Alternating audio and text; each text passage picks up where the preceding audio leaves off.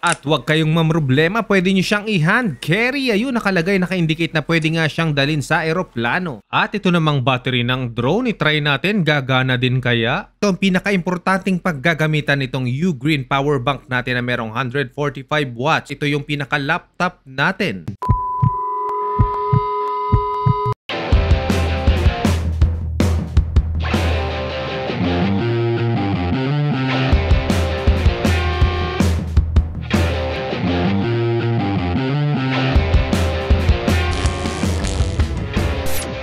Welcome back sa ating channel. So ngayon tayo ay mag-unbox muna na may konting review at syempre itetest din natin. Medyo matagal-tagal na rin natin itong tinitignan sa Shopee pero yun na, budol pa rin. So pikit mata na lang natin siyang binili ulit. At ayun nga, power bank ang ating binili pero syempre hindi basta-basta power bank. Ito ay 145 watts na merong 25,000 milliamp. At huwag kayong mamroblema, pwede nyo siyang i-hand carry. Ayun, nakalagay, naka-indicate na pwede nga siyang dalhin sa aeroplano.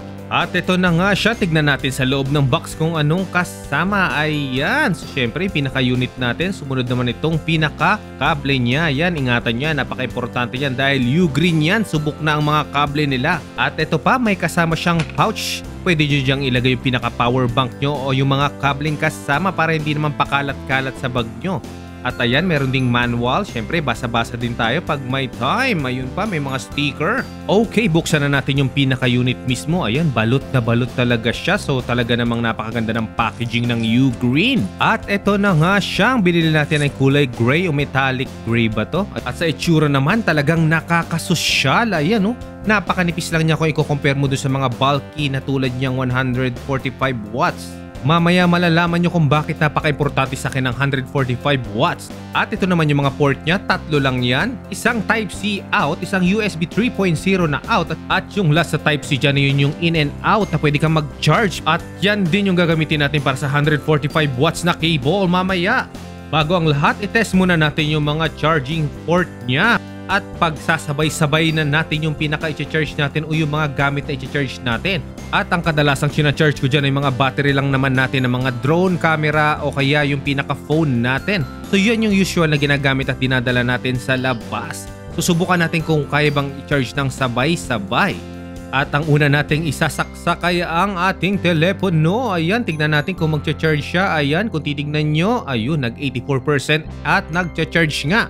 Tapos subukan naman natin isaksak tong pinaka-battery natin ng drone. Siyempre pag emergency hindi natin nasaksak sa bahay at kailangan natin i-charge, ayan na. Gagana ba? Ayun, gumana lahat. So yan, kung makikita nyo yung ilaw, nagpa-flashing, ibig sabihin charging siya. So next naman natin itong battery ng pinaka-Sony natin na camera. Ayan, oh. Tignan natin kung mag-charge din. Try nating isabay din siya at sana nga ay mag-charge din. Napakalaking tulong ng power bank na to lalo na pag emergency hindi nyo na-charge sa bahay. Ayan, tignan natin. Ayun, kitang-kita rin, nagcha-charging din. At ayan, talaga naman nagcha-charge sabay-sabay. Kung tignan nyo yung screen niya, ayan, charging yung dalawang baterya. So solve na tayo dito. Mukhang sulit na sulit ang pagkakabili natin sa power bank na to. At i-charge din natin tong pinaka-action cam natin. Tignan natin kung magcha-charge din at makakasabay. Ayan, nag-indicate, umiilaw-ilaw din ng red. So ibig sabihin, gumagana siya. Napakalaking tulong talaga nito lalo pag nagkaubusan ng baterya at nasa labas ka lalo't walang mga saksakan. At hindi lang yun ang dahilan kung bakit ko binili itong Ugreen na 145 watts. At ito na, ide-demo natin ang 145 watts na battery charging niya. Kung makikita nyo, ito yung pinakadati ko pang ginagamit na power bank. Pwede din namang sabay-sabayan. Ang pinagkaiba lang niya ay wala siyang 145 wattage na output. At meron tayong paggagamitan niyan dahil meron tayong mga gadget na kailangan ng mas mataas na wattage para mag-charge via power bank. At unang-una na dyan ay ang ating ROG handheld console. Ayan, talaga namang bitin na bitin tayo pag naglalaro sa labas lalo na pag mga AAA games. So dito na papasok tong power bank ng Ugreen na merong 145 watts. At ito nga, papakita ko sa inyo, gagamitin natin tong ordinary nating power bank. Tignan nyo ang mangyayari pag sinaksak nyo sa pinaka-ROG natin. Ayan, madedetect naman siya. Pero ang problema, hindi siya mag-charge kasi nga, wattage niya ay napakababa lang. Ayan, tignan nyo, madedetect siya, magkakaroon ng parang nagkikidlat dyan o nagcha-charge pero ang totoo walang pumapasok na power sa pinaka-ROG natin. At kung charging yan, magkakaroon ng parang lightning dyan sa pinaka-baterya. Ngayon, itry naman natin yung pinaka-Ugreen natin. Tignan natin kung magcha-charge siya. At gamitin natin yung pinakakasamang cable nitong power bank na to. At isasaksak natin siya doon sa pinakadulo yung nakalagay na 145 watts. So ngayon, subukan na nating isaksak. Tignan natin kung madedetect at magcha-charge. Ayan, na-detect naman siya. Tignan naman natin yung pinaka-battery dun sa lower right. Tignan natin kung merong lightning na naka-indicate. Ayun, kung titignan nyo, mayroon siyang charging na nakalagay. So, ibig sabihin, support na support siya yung kailangang wattage ng pinaka-console natin. Alam ko, nasa 25 watts ata ang kailangan nitong wattage para makapag-charge. So ayun, effective na effective. At finally, ito ang pinaka-importanting paggagamitan nitong Ugreen power bank natin na merong 145 watts na sana masupport. Ito yung pinaka-laptop natin.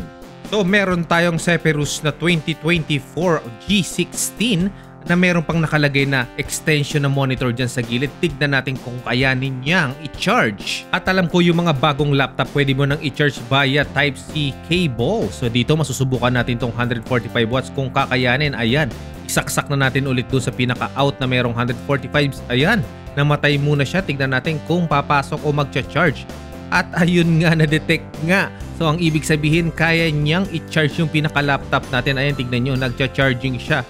At tanggalin natin ulit. Subukan natin, baka naman tsamba lang ang pag-charge niya kanina. So tanggalin muna natin. Dapat mamamatay yung pinaka-screen natin kasi mawawala ng supply ng energy o power.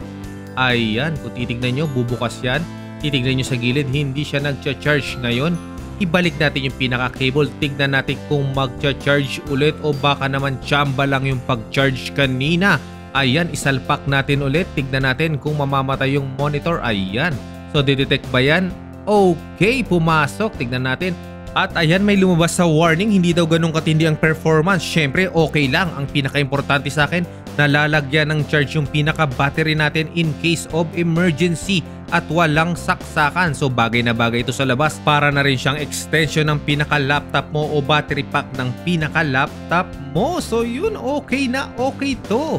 At hanggang dito na lang po ang ating demo ng power bank ng Ugreen 145 watts. At sa mga nagbabalak bumili nito, lalo na sa may mga laptop na pwede mag-charge via Type-C, okay na okay to at approved na approved dahil gumagana sa laptop natin. Pero syempre, pag ginagamit mo sa laptop mo, sa kanya mo lang gamitin para naman masulit mo yung pinaka 25,000 mAh lang na meron siya. Tulad nga ng sabi ko, pang emergency lang siya once na biglang malulobat na yung pinaka laptop nyo o nakalimutan yung i-charge at kailangan yung buksan. At sa halagang 2,500, solve ka na dito at sulit na sulit.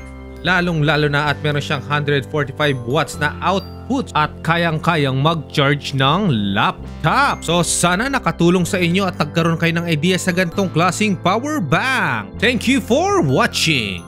Please like and subscribe and hit the bell button para po ma-update pa tayo sa mga susunod nating mga video. Goodbye and God bless. Ciao!